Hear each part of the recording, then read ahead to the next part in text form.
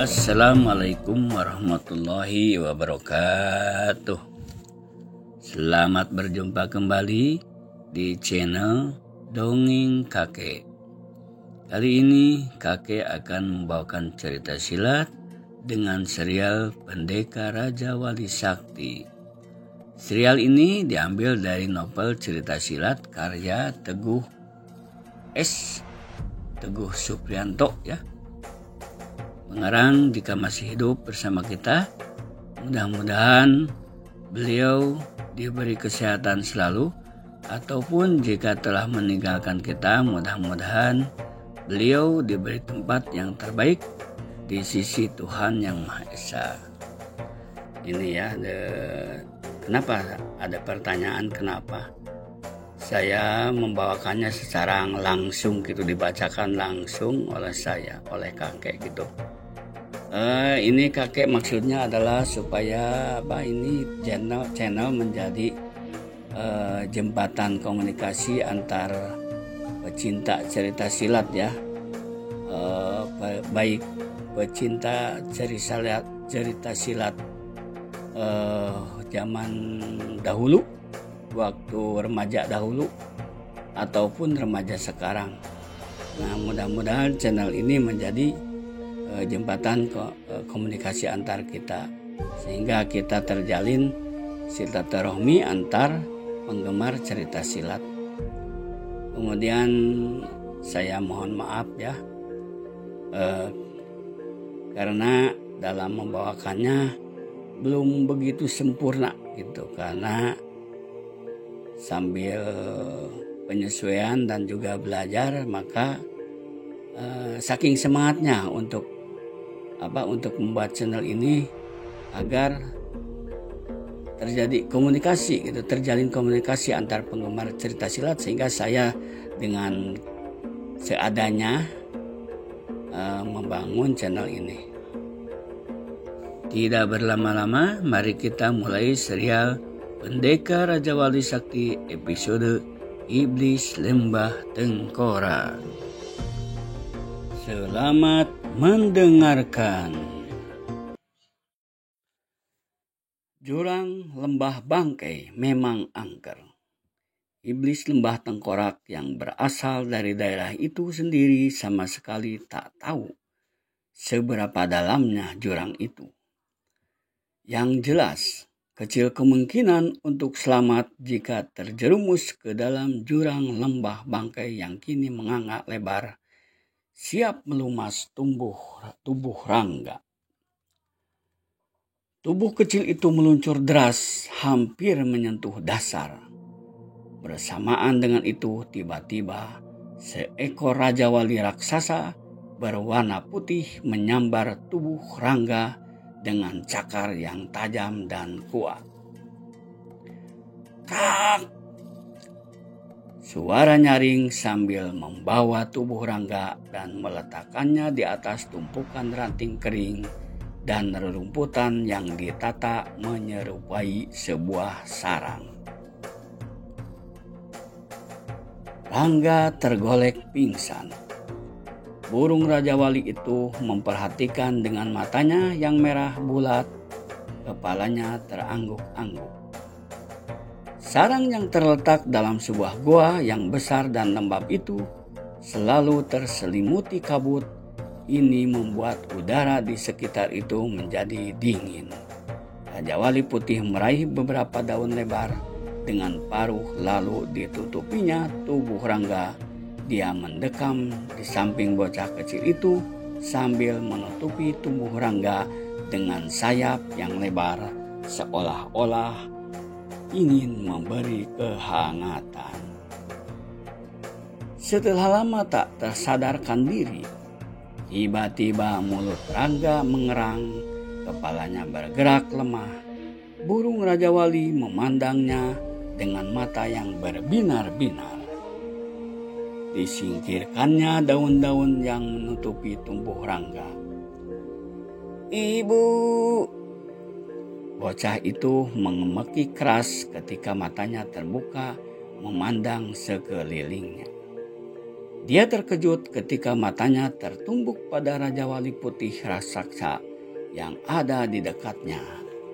Rangga berusaha bangkit, namun tubuhnya sangat lemas tak bertenaga. Hanya matanya saja yang terbelalak lebar memancarkan ketakutan. Burung Raja Wali Putih mengangguk-anggukkan kepalanya seolah-olah mengerti perasaan yang menghinggapi bocah itu. Pelan-pelan dijulurkannya kepalanya seraya mematuk beberapa bagian tubuh Rangga dengan paruh yang kekar itu. Rangga merasakan tubuhnya berangsur-angsur segar seketika. Rasa nyeri dan sakit dengan sekejap hilang. Burung itu memang telah menotok jalan darah di bagian-bagian tertentu tubuh Rangga. Sepertinya burung itu ingin mengatakan kalau Rangga tak perlu takut. Dasar bocah. Rasa takut Rangga hilang seketika. Kini Rangga malah tertawa keras karena kegelian. Raja Wali Putih berkuak-kuak seperti gembira melihat Rangga tertawa gelak. Rangga kini malah membalas canda Raja Wali dengan menarik-narik paruhnya yang sebesar kepalanya itu. Sebentar saja, kedua makhluk yang berlainan kodrat itu kian akrab. Bahkan kini burung Raja Wali itu seakan-akan siap melayani segala kebutuhan Rangga, baik makan, minum, maupun tidur. Jika Rangga mengantuk, maka sayap yang lebar itulah yang menyeliputinya. Pada saat Rangga melamun teringat ayah dan ibunya, maka burung itulah yang selalu menghiburnya, mengajaknya bermain dan bercanda. Komunikasi yang berlainan tak menghalangi kedua makhluk itu untuk saling mengerti dan memahami setiap kata yang terucap. Waktu terus berganti, hingga tak terasa telah setahun Rangga hidup di dasar lembah Bangkai bersama Raja Wali Putih raksasa. Sepertinya mereka memang telah ditakdirkan untuk bertemu di lembah Bangkai.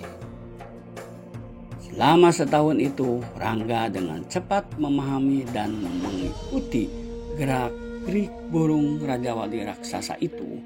Tanpa disadarinya, gerak-gerik itu adalah dasar dari jurus-jurus silat Raja Wali Sakti, tokoh yang hidup dan tak ada tandingannya 100 tahun yang lalu. Rangga yang memang cerdas ditambah dasar-dasar ilmu silat yang telah diperoleh dari mendiang ayah dan paman-pamannya membuat gerakan-gerakan yang diperlihatkan burung itu cepat dipahaminya. Sore ini Rangga tengah melompat-lompatan dari satu batu ke batu yang lain di luar goa. Mengikuti gerakan Raja Wali Putih, Rangga tak sadar kalau burung itu tengah mengajarkan dasar-dasar jurus andalan yang pertama, yakni sayap Raja Wali membelah mega. Jika gerakan jurus itu dibarengi dengan ilmu peringan tubuh dan penyaluran tenaga dalam yang sempurna, maka tubuh Rangga dapat bergerak ringan seperti kapas. Seorang yang berilmu tinggi sekalipun akan sulit meraba dan melihat gerakan-gerakan itu. Keistimewaan lainnya, kaki Rangga dapat bergerak cepat bagai tak menyentuh tanah. Kibasan tangannya bagaikan sepasang sayap yang siap menghancurkan batu karang yang keras sekalipun. Jari-jari tangannya bagai mata pedang tajam yang siap membabat sebatang pohon besar hingga tumbang. Krak! Raja Wali Putih berseru gembira melihat Rangga berhasil melintasi batu terakhir dengan mulus. Satu kali lompatan, Rangga telah berada di depan burung raksasa itu. Raja Wali Putih menundukkan kepalanya. Rangga memeluk seraya tangannya yang kecil itu, mengusap bulu-bulu halus yang memenuhi kepala burung itu. "Aku haus, aku lapar," kata Rangga pelan. Raja Wali Putih mengangguk-anggukkan kepalanya, seolah-olah mengerti apa yang diucapkan Rangga. Dikepakkan kedua sayapnya, dan dalam sekejap saja burung itu telah mengangkasa. Rangga memperhatikan dengan mata bocahnya sambil menunggu di tempat itu. Ketika burung raksasa itu telah kembali, di paruhnya telah bergelayut 2 butir kelapa. Cakarnya mencengkram beberapa jamur besar. Rangga sama sekali tak tahu kalau jamur itu mempunyai khasiat penawar segala macam racun yang dahsyat sekalipun. Itulah santapan sehari-hari Rangga. "Terima kasih, kau baik sekali."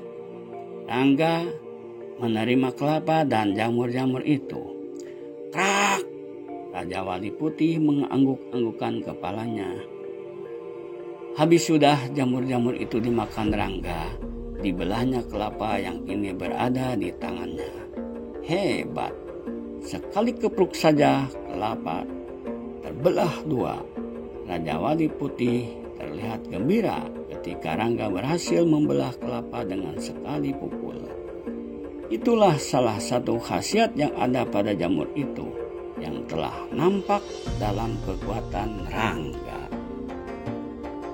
Jamur yang dimakan Rangga ternyata juga membentuk hawa murni secara alami. Tenaga dalam yang tersalur lewat hawa murni ini dapat menjadi kekuatan yang luar biasa bagi Rangga. Jika Rangga benar-benar melatih tenaga dalamnya, tak mustahil dalam waktu singkat dia akan menjadi seorang tokoh silat yang sulit dicari tandingannya. Rangga tanpa sadar telah berlatih jurus-jurus silat Raja Wali Sakti. Sepertinya ia adalah pewaris tunggal ilmu-ilmu Raja Wali Sakti yang 100 tahun lalu sempat menggegerkan dunia persilatan. Tak ada seorang tokoh pun yang sanggup menandinginya, baik dari golongan hitam maupun golongan putih.